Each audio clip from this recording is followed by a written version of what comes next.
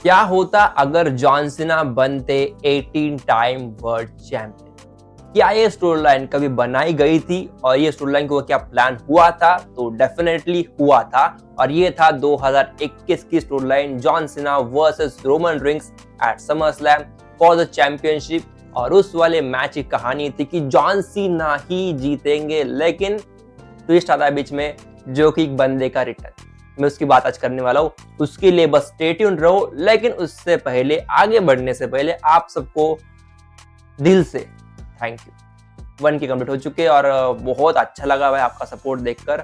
बहुत बढ़िया अब तक काम चल रहा है। मैं कहूँगा ऐसे चलते रहे, लेकिन 2 दिन पहले हो गया था वैसे 1K, लेकिन क्या ही करूँ भाई, बीच में थोड़ी मेडिकल कंडीशन और जो हॉस्पिटल चल रहा है मेरे पीछे, जो कुछ कहानी है आपको ऑलरेडी बता दिया मैंने लास्ट वीडियो में क्या कुछ कहानी थी, तो उसके लिए sorry for that all things. लेकिन अभी आज से कंटिन्यू करेंगे और आज से बहुत धमाकेदार आएंगे, ठीक है। अभी जो दोस्तों बात कर लिए अभी क्या चीज करने वाले, डेफिनेटली जॉनसन की आज बात करूंगा, उसको तो डेफिनेटली लेके आएंगे। बहुत ही बड़ी कहानी है और सीरियस कहानी। लेकिन उससे पहले बात कर ले शील्ड का ब्रेकअप कैसे हुआ था, मतलब शील्ड जो है ना वो टूटे कैसे थी, उसके लिए रीजन क्या था। तो ऑब्वियसली यहाँ पे सेथ ने बता दिया, उनका एक इंटरव्यू हुआ था जहाँ पे बंदे ने सारी कहानी बता दिया है, जो कि बहुत ही ज्यादा इंटरेस्टिंग लगे मुझे, डेफिनेटली लगते हुए। और जो कुछ कहानी अब तक बनाई है उसके बात करूंगा, तो पहले इसी मुद्दे से शुरू करते हैं। दोस्तों बता दो यहाँ पे क्या हुआ था। तो ऑब्वियसली कहानी थी सेथ का ब्रेकअप जो किया था विद द शील्ड। कहानी इतनी सिंपल थी कि वो एक महीने पहले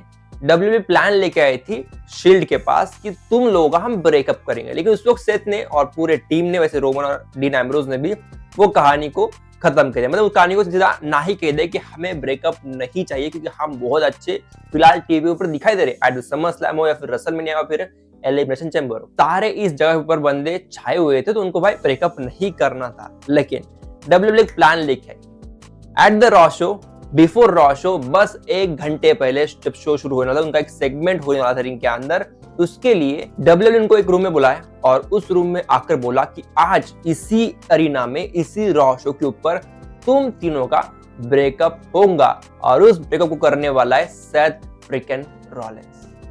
तो दैट मोमेंट सब लोग शॉक थे कि क्या कहानी थी और सब क्या ही कर ले भाई, आप घंटे भर में शो है, उसको मना भी कैसे कर पाए, तो क्या कहानी थी। तो वो कुछ कहानी बंदे ने बताया जो, और मैं कहूंगा सेथ ने बता दिया कि भाई देखो ये जो कहानी हमें ब्रेकअप की हुई ना, उसके बाद से हम तीनों के रास्ते अलग तो हुए, लेकिन हम तीनों बहुत बड़े रेसलर भी बन गए, बहुत बड़े सुपरस्टार भी बन चुके। तो बस उससे एक चीज के कारण, क्रिस जेरिको, सरप्राइज की बात कर रहा हूँ, क्रिस जेरिको सरप्राइज तो लेना ही चाहिए ना भाई। सरप्राइज क्या बनने का, तो बंदा नहीं आ रहा, नहीं आने वाला, वो AEW के साथ ही है फिलहाल। बंदे को AEW के रोस्टर में फीचर किया गया है और वो कंटिन्यू में फीचर है दिसंबर से। तो कहानी फिलहाल ये है कि बंदा AEW के क्लोज है और वहां की कहानी अब तक ऐसी कि उसको कॉन्ट्रैक्ट नया साइन करा है, कुछ पता ही नहीं, लेकिन he is with the AEW के साथ वो बिल्कुल नहीं, WWE के साथ बंदा आया भी नहीं है और शायद कॉन्टैक्ट तक हुआ भी नहीं। क्या कहानी किसको पता नहीं है, लेकिन जितना ने फिलहाल सुना है रिपोर्ट के अकॉर्डिंगली कि यहाँ पे क्रिस जेरिको कॉन्ट्रैक्ट में तो नहीं, लेकिन he is in the roster. और कैसे है, क्या है कहानी, किसी को पता नहीं, वही कहूंगा। अभी दोस्तों बढ़ते आगे, अभी चलो बात कर ले मिस्ट्री बॉक्स की। मिस्ट्री मैन की बात नहीं करेंगे, मिस्ट्री बॉक्स की बात कर लेते। क्या है उस बॉक्स में, कौन है उस बॉक्स में और क्या कहानी लेके आ रहा है वो बॉक्स। बहुत मन में सवाल आ रहे हैं ना, कौन था वो बॉक्स में भाई। रॉ के शो के ऊपर जो बॉक्स आता है और उस बॉक्स में लिखा होता है कि 28 तारीख को ये वाला बॉक्स खोलना है, यानी कि एट द चेंबर, उसके पहले वाला बॉक्स खोलना ही नहीं है। और दोस्तों बता दो, आने वाले स्मैकडाउन शो के ऊपर ये बॉक्स जाने भी वाला है। तभी कहानी क्या आती है, तो भाई एक ही चीज है जो कि भाई सरप्राइज, नहीं तो कुछ ऐसी चीजें जो किसी को हिंट कराएंगी, जैसे कि उससे बात कर लो हम एक नई चैंपियनशिप के बारे में हो या फिर किसी और चीज के बारे में हो। लेकिन फिलहाल जो लोग चांस लगा रहे वो है भाई किसी का रिटर्न, जैसे क्रिस जेरिको का हो सकता है, या फिर बैड बनी का हो सकता है, या फिर किसी और का, या फिर एज की बात कर ले, बहुत सारे चांस है। लेकिन बॉक्स में कौन आता है भाई, मुझे सही में सवाल आ रहा है कि बॉक्स में तो कोई आएगा नहीं। मैं कहूंगा तो यहाँ पे रिटर्न की बात नहीं है, यहाँ पे कुछ और चीजें, तो वो आई गेस वो वियर्ड सी कहानी रहेंगी।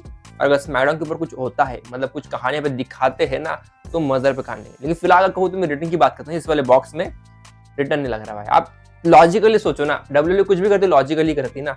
अगर यहाँ पे रिटर्न की बात होती तो एक बंदा इस वाले रॉ शो से सीधा एट द एलिमिनेशन चेंबर में वो दरवाजा खोलेंगे, वहां पे खाएंगे क्या, पिएंगे क्या भाई, क्या बंदा कैसे रहेंगे उस बॉक्स के अंदर।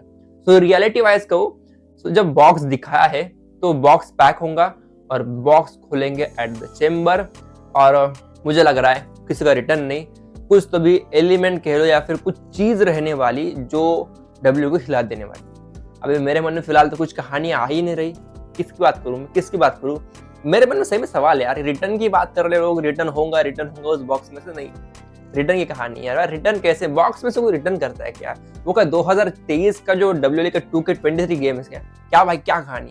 2K23 जो गेम था उसमें क्या हुआ था, वो लॉक करके, वो जो द राइज में जो लॉक था, रिसेंटली उसने 2K23 खेला है, ठीक है। फर्स्ट टाइम डब्ल्यूएल का 2K23 गेम खेला है, वो भी पिछले महीने से शुरू किया था खेलना, और वो उसका पूरा मैंने माई राइज कंप्लीट कर लिया है वैसे, ठीक है। उसकी बात क्या कर लो मैं फिलहाल, अभी अगर बात करूँ तो आगे तो मुझे लग रहा है इस बार बॉक्स में सरप्राइज आइटम रहेंगे, किसी का रिटर्न नहीं होगा, एक अलग कहानी कराएंगे, मैं वही कहूंगा। और इसका जो लिंक रहेगा Roman, Brock Lesnar, Cody Rhodes, CM Punk और maybe Seth freaking Rollins, ठीक है।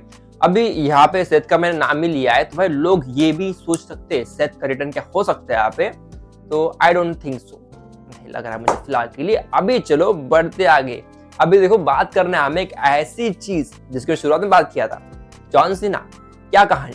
दोस्तों बात तो यहाँ पे जॉन सीना गए थे नो कॉन्टेस्ट रेसलिंग के ऊपर एक इंटरव्यू के लिए, जहाँ पे बंदे ने ये चीज कही थी, और बंदे ने बताया कि 2021 में मेरा रोमन का मैच हो रहा था एट द समरस्लैम, होने वाला था, और प्लान ये था कि मैं रोमन को हरा दूंगा उस मैच में, और फिर कुछ समय बाद रोमन फिर से चैंपियनशिप मुझसे ले लेंगे। तो वो कुछ प्लान था शॉर्ट टर्म चैंपियनशिप के लिए, जॉन सीना के लिए ये डब्ल्यू ने करके रखा था। तो मतलब कुछ समय के लिए क्यों ना हो, लेकिन जॉन सीना उसी वक्त 2021 में 17 टाइम वर्ल्ड चैंपियन बन जाते, और ऑब्वियसली रिटायरमेंट टूर में तो बंदा एक बार चैंपियन बनना ही था, तो वो कुछ चीजें 18 टाइम वर्ल्ड चैंपियन मतलब बन ही जाता। लेकिन यहाँ पे क्या होता है, 2021 की फिर से रिवर्स जाते हैं दोस्तों। तो बात करो यहाँ पे क्या होता है कि मैच के और उस समरस्लैम के कुछ घंटों पहले खबरें आती है इंटरनली, वैसे हमें नहीं आती, इंटरनली आ गई थी कि ब्रॉक लेसनर करने वाले रिटर्न।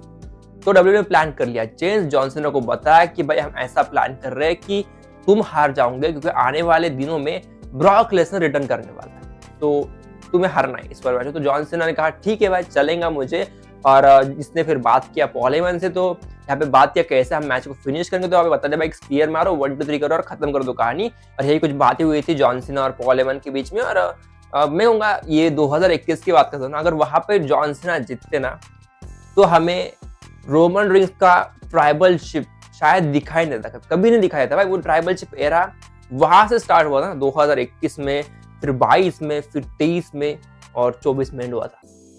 1316 दिनों का टाइटल रेन, एक साल में 365 दिन, यानी कि पकड़ लो कितने होंगे, कैलकुलेशन मुझे फिर से याद नहीं आ रहा, मुझे याद भी नहीं आ रहा, कैलकुलेशन में बहुत कमजोर है, आप ही कैलकुलेट कर लेना। अब उसको फिलहाल वीडियो में रुकता, मिलता है कल, उसके लिए स्टे ट्यून, चैनल को लाइक सब्सक्राइब शेयर दोस्तों, और उसी के साथ थैंक यू टू ऑल एक और बार फॉर द 1K। मिलते हैं कल, टिल देन बाय।